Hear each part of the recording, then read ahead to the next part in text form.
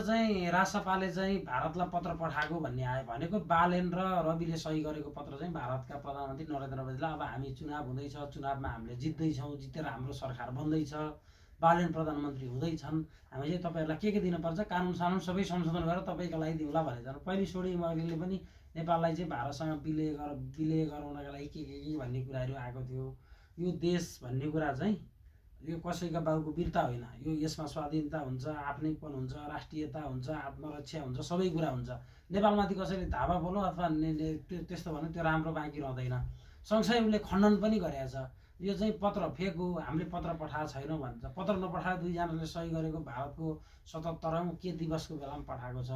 यसले चाहिँ के यो मथिङ्गलै हल्ला आयो कि रासपाप्रति। यस्तो चुनावको बेला यस्तो माहौल भइरहेको बेला रासपामा गाडीमा रासपा, खाजा खाने ठाउँ रासपा, चिया चौतारीमा रासपा, बुढाबुढी नै घन्टीलाई भोट हाल्ने भने सबै घन्टीमय भएको थियो।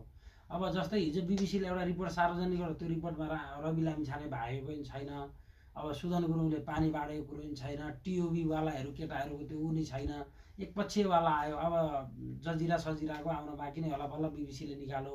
यस्तो खालको चिजले चाहिँ राष्ट्रलाई गम्भीर पार्छ। यस्ता चिजमा चाहिँ सबैजना अलिक गम्भीर हुनुपर्छ भनेको। आज चाहिँ रासपालाई हामीले भोट दिँदाखेरि, जस्तै म तपाईँहरूलाई सिक्किमको कथा सुनाउँछु। सिक्किम चाहिँ त्यहाँको लेन्डुप दोर्जे भन्ने नेपाली थिए, तिनले चाहिँ उतापट्टि इन्डियामै जाने भनेर भोट हाले। उनलाई सुरुमा मुख्यमन्त्री थियो, त्यहाँबाट उनको मरण पनि साह्रै नराम्रो भयो। यो देशको मिचिएका भूभाग पनि हामी फिर्ता ल्याउनुपर्छ, नेपाललाई ठुलो बनाउनुपर्छ, ग्रेटर नेपाल जत्रो बनाउनुपर्छ भन्ने लागिरहेको बेला चाहिँ रासपाले सर्लक्क लाएर पत्र लेख्ने, हामी कानुनै संशोधन गराइदिन्छौँ, तपाईँहरूकै पक्षमा गराइदिन्छौँ, खाराखुरुक गराइदिन्छौँ भन्ने। लिपुरेक र लिम्पिया धुराको बारेमा केही पनि नबोल्ने। यसरी हुँदैन, यस्तो हो भने यसले चाहिँ गाह्रो हुन्छ, भोलि देश हुन्छ। अब यो रासपालाई मलाई लाग्छ 20-30 सिट चाहिँ रासपाको यसै कारणले ऊ भयो।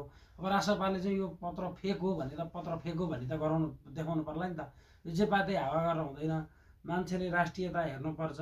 नेपाली चाहिँ बिहान उठेदेखि बेलुका सुतेसम्म चाहिँ नेपालकै विषयमा चिन्ता गर्छन्। यो चुनावको बेला तपाईँको हेर्नु त त्यो सीमा क्षेत्रमा त्यहाँका थारू, त्यहाँका मुस्लिम, त्यहाँका आदिवासी, त्यहाँका जनजातिहरूले त्यहाँ सीमा रक्षा गरे खान् कि। साला इन्डियन आउँदाखेरि एकजनाले 5 जना इन्डिया, एक सीमा मित्र आउँदाखेरि एकजना नेपालीले 5 जना इन्डियन लखेटे खान् कि। यथार्थ चाहिँ त्यसरी हेर्नुपर्छ, त्यस्तो छ।